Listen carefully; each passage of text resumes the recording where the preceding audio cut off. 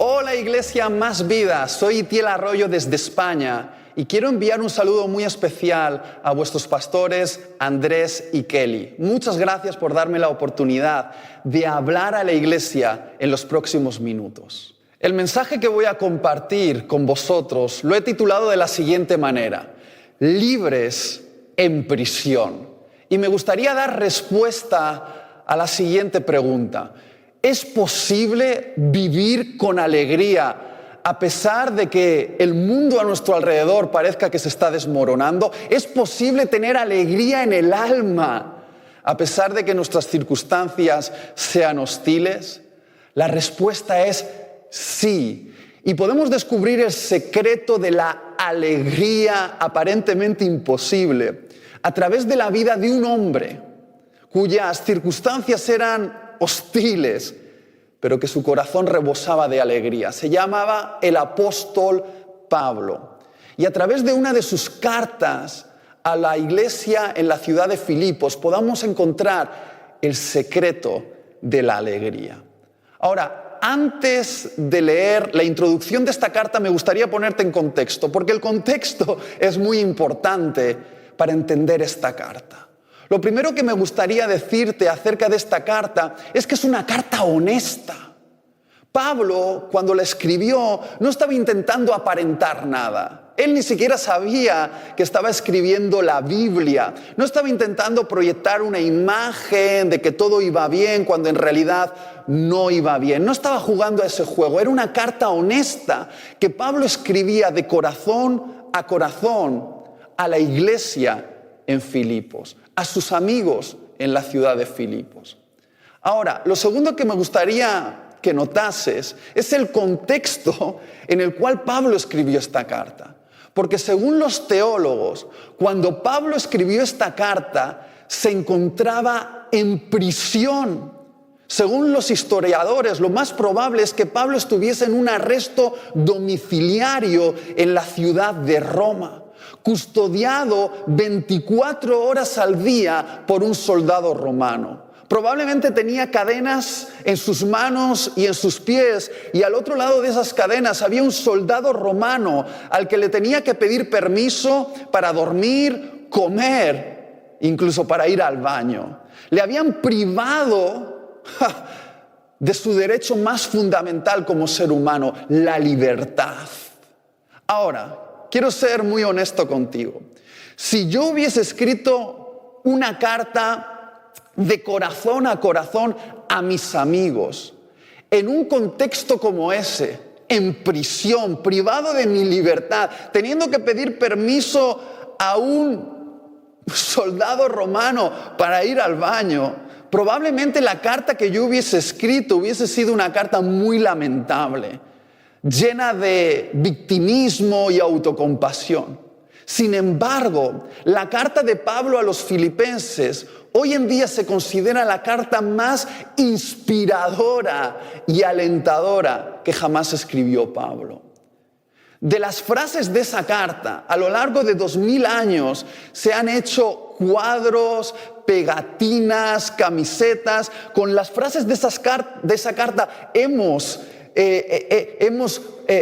decorado las paredes de nuestras iglesias, porque esa carta realmente está llena de entusiasmo. Ahora, hay algo muy interesante en esa carta, y es que la palabra que más se repite en esa carta, concretamente 16 veces, en una carta realmente pequeña, es la palabra gozo, la palabra alegría. Y eso no es casualidad. Eso es una expresión de lo que Pablo estaba sintiendo mientras se encontraba en prisión. Ahora, ¿cómo es posible que un hombre en las circunstancias de Pablo pudiese escribir una carta que hoy la podríamos denominar como la carta de la alegría? Muy bien, vamos a descubrirlo juntos en la lectura de la introducción de esta carta, en Filipenses capítulo 1, a partir del versículo 12 hasta el versículo 18. Dice así: hermanos, quiero que sepan que en realidad lo que me ha pasado ha contribuido al avance del Evangelio. Es más, se ha hecho evidente a toda la guardia del palacio y a todos los demás que estoy encadenado por causa de Cristo. Gracias a mis cadenas, ahora más que nunca la mayoría de los hermanos, confiados en el Señor, se han atrevido a anunciar sin temor la palabra de Dios. Es cierto que algunos predican a Cristo por envidia y rivalidad, pero otros lo hacen con buenas intenciones. Estos últimos lo hacen por amor, pues saben que he sido puesto para la defensa del Evangelio. Aquellos predican a Cristo por ambición personal y no por motivos puros, creyendo que así van a aumentar las angustias que sufro en mi prisión. Presta atención, versículo 18. Pero, ¿qué importa? Al fin y al cabo, y sea como sea, con motivos falsos o con sinceridad se predica a Cristo. Por eso me alegro. Es más, seguiré alegrándome. ¡Wow! Siempre que leo estas palabras, soy contagiado por el entusiasmo de Pablo. Ahora, de la lectura de esta carta, podemos deducir que la verdadera alegría no puede estar ligada a las circunstancias. Es decir, la alegría no es un asunto circunstancial.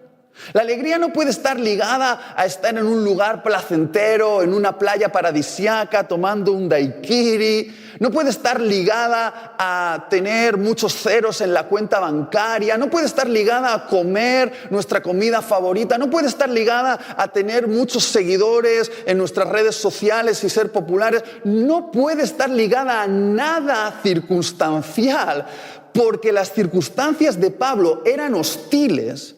Le habían privado de su derecho más fundamental, la libertad. Y a pesar de eso, Pablo estaba alegre. Entonces, ¿cuál es el secreto de la alegría según Pablo? Pues muy bien, el secreto de la alegría es una mente sana. Lo voy a volver a decir. La alegría es el resultado de una mente sana. Es decir, la alegría no está fuera de nosotros. La alegría está dentro de nosotros, entre nuestra oreja izquierda y nuestra oreja derecha. Lo que quiero decir es que la alegría no es el resultado de nuestra realidad exterior. La alegría es el resultado de nuestra realidad interior. Porque si la alegría fuese algo que está fuera de nosotros, aquellos que tienen mucho dinero, que pueden comprar todo lo que quieran, estar en el lugar que quieran, comer lo que quieran, protegerse con seguros médicos, guardias y todo tipo de avances tecnológicos a su favor, serían las personas más alegres del planeta Tierra y, sin embargo, muchas veces son los mayores consumidores de antidepresivos. Es decir, la alegría no es algo que está fuera de nosotros, es algo que está dentro de nosotros. Es el resultado de una mente sana. ¡Cuánto dolor innecesario proviene de nuestras mentes enfermas por el pecado! Queridos, las peores prisiones en nuestra vida no están hechas de barrotes de hierro. Las peores prisiones en nuestra vida están hechas de pensamientos. Son prisiones invisibles que se crean aquí dentro, en nuestra mente. Barrotes hechos de pensamientos tóxicos.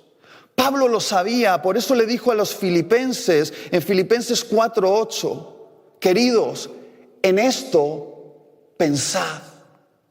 En esto pensad. Y luego les da una lista de cosas en las cuales deben enfocar su pensamiento, porque Pablo sabe que la libertad o la esclavitud está ligado a una manera de pensar y les dice, pensad en todo lo que es verdadero, en todo lo que es honesto, en todo lo que es justo, en todo lo que es puro, en todo lo que tiene buen nombre. Pablo les da una lista de pensamientos y le dice a los filipenses, enfocad vuestra mente en estos pensamientos, en esto pensad. Porque Pablo sabe que nuestras peores prisiones se generan en nuestro pensamiento. Nuestra vida es el resultado de nuestra manera de pensar. A veces nuestro mundo no es tanto lo que ocurre fuera de nosotros, sino lo que ocurre dentro de nosotros. Y piénsalo, Pablo no tenía control sobre sus circunstancias. Era un prisionero en Roma. Pero queridos, no había un hombre más libre en toda la ciudad de Roma que Pablo, porque Pablo tenía dominio sobre sus pensamientos. Él sí podía determinar la manera en la que pensaba. Él había entendido el arte de llevar cautivos sus pensamientos a la obediencia de Cristo, porque nuestros pensamientos cautivos en Cristo es la mayor libertad. En otras palabras, Pablo nos diría hoy a nosotros, piensa en cómo piensas. Piensa en cómo piensas. Porque nuestros pensamientos pueden convertirse en nuestra prisión invisible. Y tú, escuchando esto, puedes decir, vale, Itiel, he entendido lo que quieres decir, es importante cómo son nuestros pensamientos, hay que pensar en cómo pensamos, pero sé práctico. Muy bien, Pablo realmente es muy práctico en esta carta. Si prestas atención, él nos muestra una estrategia con la cual él somete sus pensamientos a Cristo. Cuando Pablo percibía que sus pensamientos se estaban desbocando como un caballo salvaje, Pablo usaba una estrategia para tomar dominio sobre sus pensamientos. Y me gustaría que tomases apuntes de esto que voy a decir, porque a mí personalmente me ha salvado de quedar prisionero en una cárcel de tristeza y amargura. ¿Cómo lo hacía Pablo?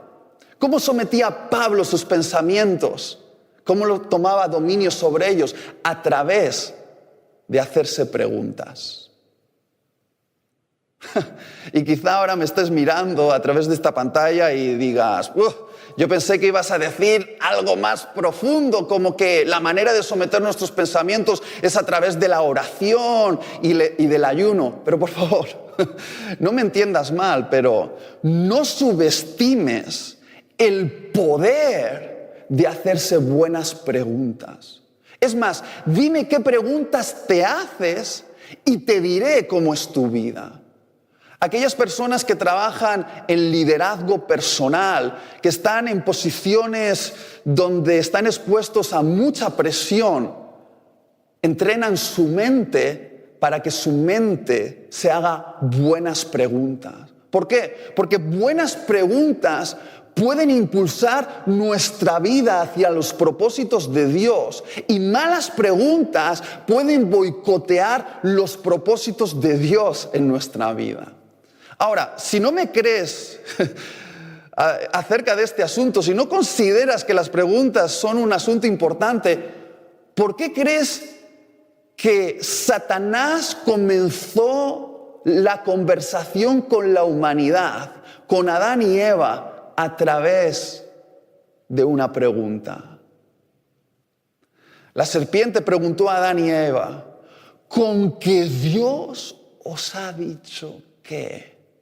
Una pregunta torcida, una pregunta maquiavélica, una pregunta que ocultaba veneno en su interior. Fue el catalizador del desastre. Lo que quiero decir es que algunas preguntas a las que damos lugar en nuestra mente son el inicio de una conversación con Satanás. Y algunos cristianos hablan más con Satanás que con Dios.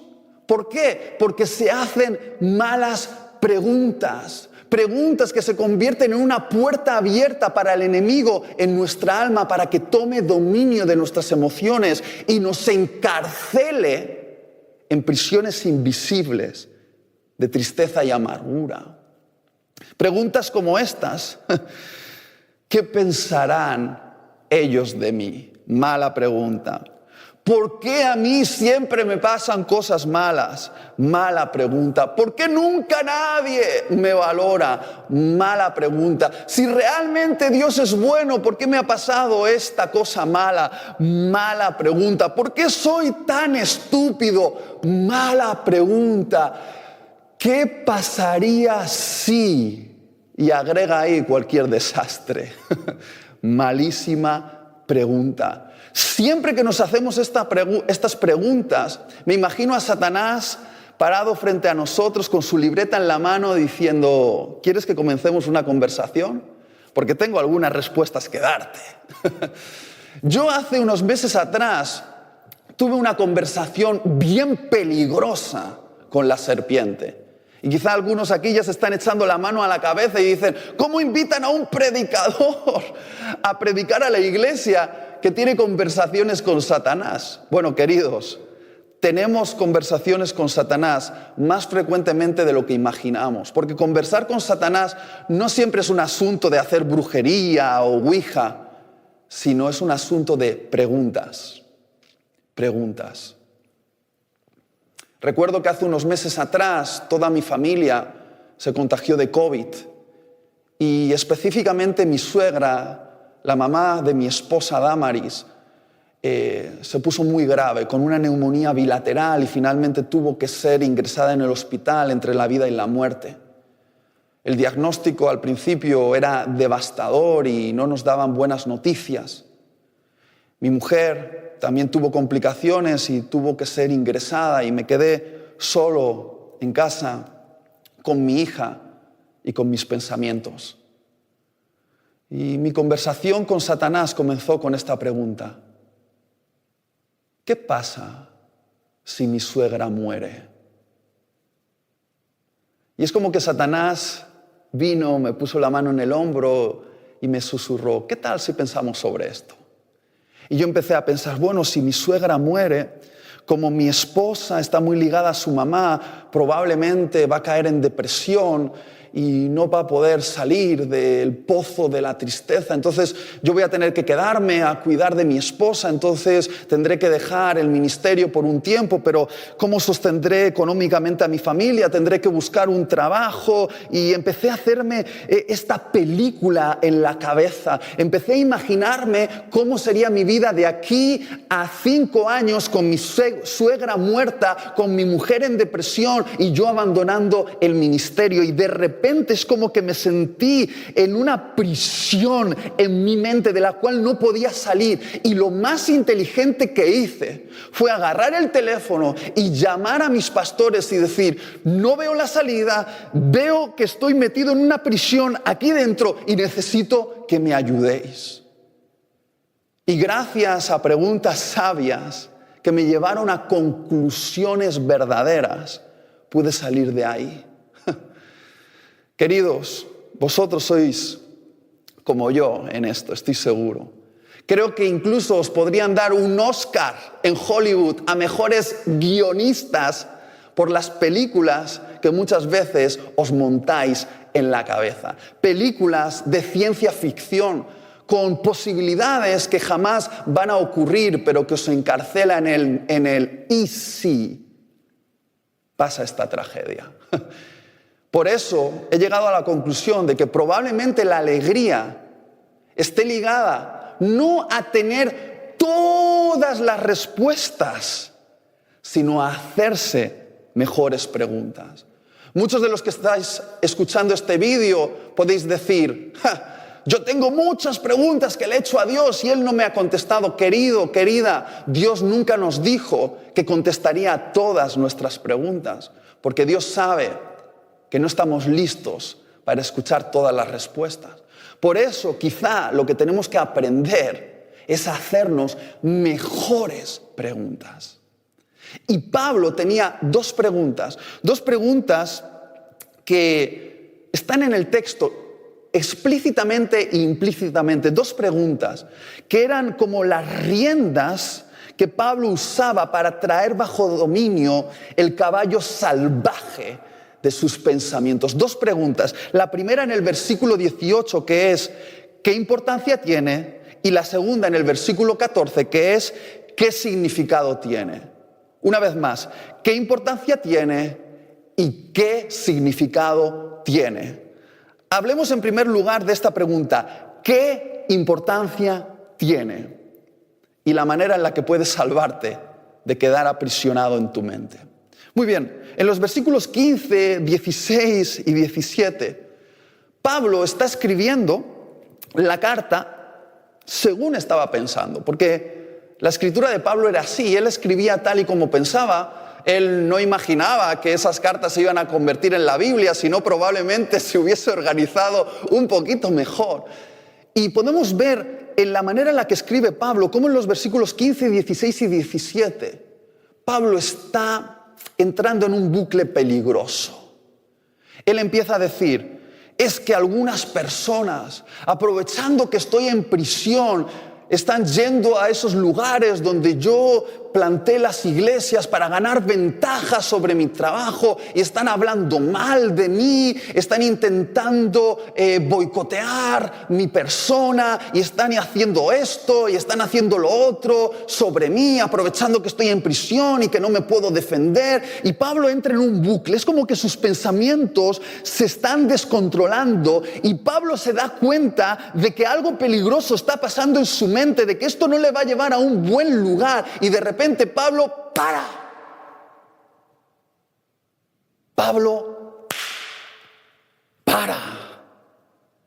Y se hace una pregunta en el versículo 18. No te la hace a ti como lector, no me la hace a mí como lector, se la hace a sí mismo porque él mismo la responde. Versículo 18, Pablo dice, se pregunta a sí mismo,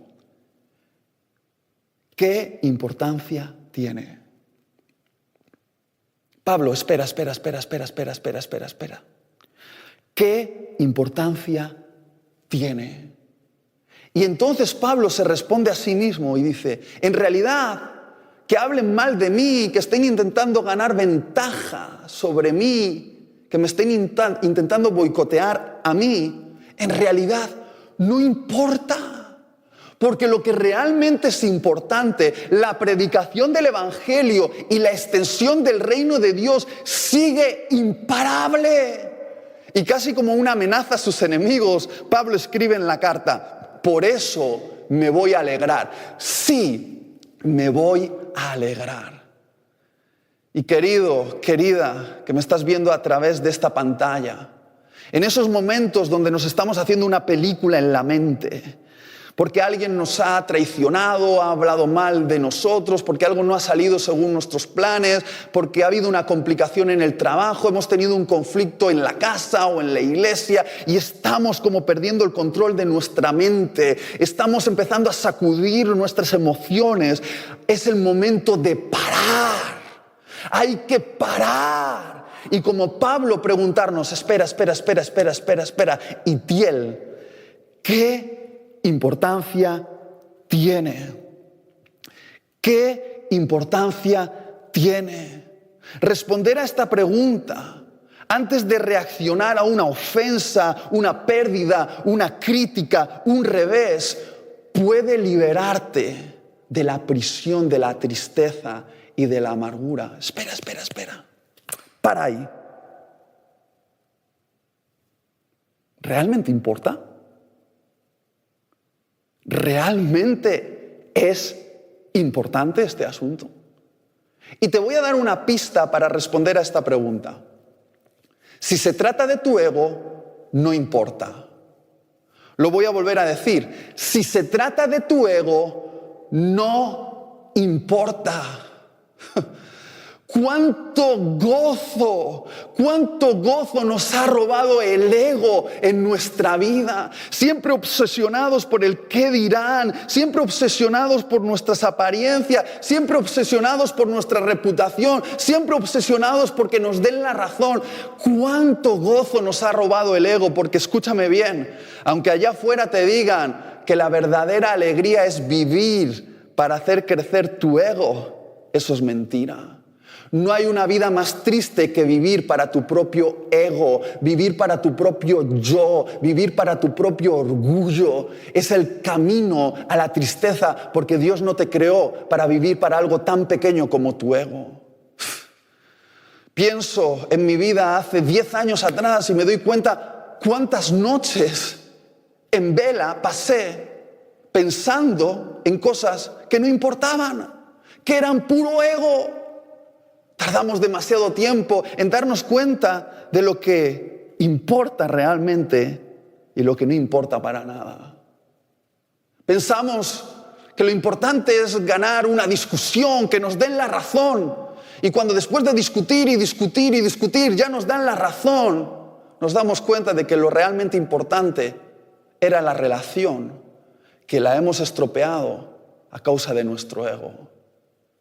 Pensamos que lo importante es llegar a la cúspide de la fama, llegar allá arriba, a lograr todos nuestros éxitos y ambiciones, cueste lo que cueste. Y cuando estamos allá arriba, nos damos cuenta de que lo realmente importante es no llegar allá arriba solo. Pero no hemos cultivado verdaderas relaciones porque hemos estado inflando nuestro ego. Y nadie nos ha conocido realmente. Tardamos demasiado tiempo en darnos cuenta de que las cosas más importantes en nuestra vida no se compran con dinero. No se compran con dinero. Puedo pensar en cuántas noches de pasión con mi esposa han sido boicoteadas a causa de mi ego. En vez de estar haciendo el amor con mi mujer, lo he boicoteado, ese encuentro, a causa de discutir si esto iba aquí o iba allá, si tú tienes razón o la tengo yo. Queridos, en la vida hay que pelear, pero hay que elegir bien las batallas que se pelean. Y te voy a decir una cosa, si se trata de tu ego, no pelees esa batalla. No pelees esa batalla, no defiendas tu yo, no defiendas tu reputación, no defiendas tu fama, no te defiendas, porque es el camino a la amargura. Tú has nacido para pelear una batalla más grande, la batalla de Cristo, la batalla de la fama de Jesús y la extensión del reino de Dios. Y eso se trata de vivir para otros. No sé si me estás entendiendo. Algunos aquí pueden decir, Mitiel, pero es que a mí me han ofendido. A Pablo también le ofendieron. Pero escucha esto, la ofensa es algo que te pasa. Mantenerte ofendido es algo que decides. Lo voy a volver a decir, la ofensa es algo que te pasa. Mantenerte ofendido es algo que decides. Y Pablo podría estar en prisión, en Roma, atado de pies y manos con una cadena, y al otro lado un soldado romano. Pero queridos, el hombre más libre de toda Roma era Pablo, porque Pablo era libre de su ego, Yo sé, muchas veces he sido tentado cuando ponen malos comentarios en mis redes sociales acerca de mí, que si soy un masón porque hago este gesto, que si no predico la sana doctrina, de que si soy un engañador, que si grito mucho, que si no predico con fundamento, y empiezan a dar argumentos de por qué no estoy capacitado para ser predicador. Muchas veces mi ego dice, contesta. Y me pongo frente al ordenador a punto de dar una respuesta magnífica a ese comentario. Porque si se trata de dar una buena respuesta, mi ego sabe. Y entonces paro y digo, espera, ¿qué importancia tiene? ¿Realmente importa argumentarle algo a esa persona desconocida acerca de si tiene o no tiene razón para intentar cambiar su opinión acerca de mí? ¿No es más importante que esté alegre, que pase el día con mi hija, con mi esposa, disfrutando de la vida, en vez de intentar convencer a un desconocido que probablemente es un adolescente de 13 años en su habitación que está escribiendo en el ordenador de que está equivocado? Otra manera de hacerse esta pregunta es, ¿realmente trasciende a la eternidad? Y si la respuesta es no trasciende, entonces no peleas esa batalla. Ahora, algunos aquí están diciendo, Itiel, he entendido, no puedo dejarme amargar por cosas que no tienen importancia, pero si realmente tienen importancia, ¿qué hago? Porque sin ninguna duda, las cadenas que Pablo llevaba eran importantes, le estaban causando dolor. Y Pablo, en el versículo 14, al mirar sus cadenas, él podría haber dicho, ¿por qué Dios ha permitido que estas cadenas me hayan sido puestas? Podría haberse hecho la víctima, pero no. Él miró sus cadenas y se preguntó, ¿significan algo? Y sorprendentemente en el versículo 14, Pablo responde y dice, estoy encadenado por la causa de Cristo. Él no miró sus cadenas y dijo, pobre de mí, mira lo que me han hecho. Él miró sus cadenas y pudo ver a Cristo en ellas, pudo ver propósito en ellas, pudo ver la soberanía de Dios en ellas. Y de hecho miró las cadenas y dijo, estas cadenas van a ser mi manifiesto para inspirar a la iglesia, que viendo cómo sigo predicando con valor a pesar de estar en prisión, se van a sentir inspirados a vivir su vida cristiana con mayor coraje. Pablo vio sus cadenas, este dolor que le había sido impuesto, y no lo vio como un obstáculo, lo vio como una plataforma. Pablo dijo, a través de estas cadenas voy a predicar el evangelio. A través de estas cadenas voy a inspirar a otros. Porque la manera de llevar estas cadenas va a dar gloria a Jesús. Y me voy a convertir en la inspiración para los que me vean. Y lo que quiero decirte es, si te ha sido puesta una cadena, si un dolor ha llegado a tu vida, si un sufrimiento te está presionando el corazón, mira esa cadena y pregúntate, ¿qué significado tiene? ¿Qué significado tiene? Tú no puedes decidir si una cadena te será puesta o no te será puesta, pero puedes decidir darle un significado eterno para la gloria de Jesús y la inspiración de los que te conocen. ¿Qué significado tiene? Voy a terminar con esto. Escúchame bien. Cuando dejamos de ver el significado de nuestras cadenas, cuando dejamos de ver el propósito de nuestras cadenas, cuando ya no encontramos a Dios en medio de nuestro sufrimiento, empezamos a distraernos con el placer. Intentamos anestesiar el dolor con el placer. Comiendo mucho, viendo mucho la televisión, comprando mucho, viendo porno, fumando, bebiendo, drogándonos. Hay tanto placer en nuestra vida, lícito e ilícito, que usamos como anestesia para nuestro dolor. Pero escúchame bien, tu vida tiene demasiado significado. Tu vida tiene demasiado significado como para andar distraído con el placer. Tienes propósito como todos los hombres y mujeres de Dios en las Escrituras que han inspirado tu vida y que Dios les permitió sufrir cárceles, traiciones, enfermedades, persecuciones, pero que tomaron esas cadenas, las levantaron en honor a Cristo, en honor a su Dios, y se han convertido en la inspiración para todos nosotros siglos o milenios después. Por favor, mira tus cadenas, eso que estás padeciendo, y pregúntate, ¿significa algo? ¿Puede ser mi plataforma para inspirar a otros? Aún recuerdo cómo esa mujer llegó después de una predicación. Se acercó a mí con un bebé entre sus brazos. Y claramente cuando vi al bebé, pude ver que ese bebé había nacido con una malformación severa. Y yo rápidamente pensé, dile algo a esta mujer para animarla, dile algo para consolarla, pero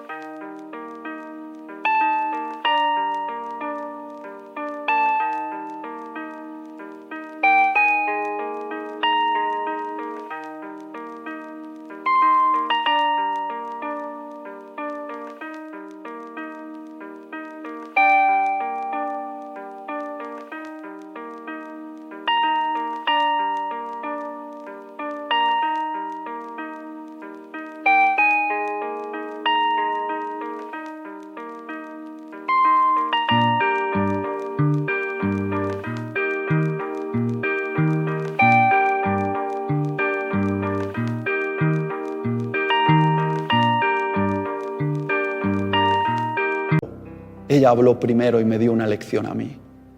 Se acercó con una sonrisa en el rostro y me dijo, Itiel, ¿has visto mi bebé? Y yo le dije, sí, lo veo. Y ella dijo, debe ser que Dios confía mucho en mí, porque me ha permitido ser la madre de una de sus criaturas más preciosas.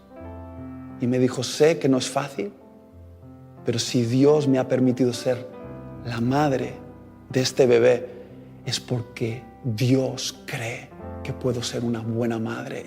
Dios cree que puedo hacerlo. Dios cree que puedo educar a este niño y llevarlo a sus pies. Ella no miró su bebé y dijo, ¿por qué lo has permitido, Dios? Ella vio su bebé y vio significado eterno, vio propósito. Ella vio su bebé y dijo, debe ser que Dios confía en mí. Y vivió sus cadenas con significado. ¿Y tú? ¿Cómo vas a vivir tu vida? ¿Amargado por cosas que no tienen importancia? ¿O dando significado eterno a tus cadenas, a tu dolor, por la causa de Cristo?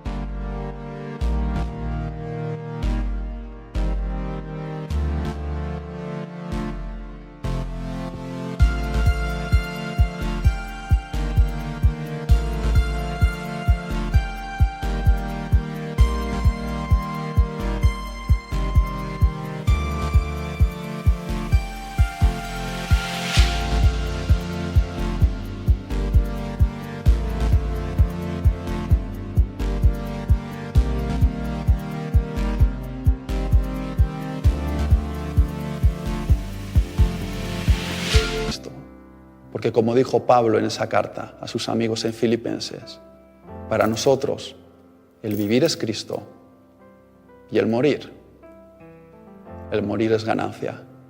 Y si no podemos perder, vivamos alegres. Dios os bendiga.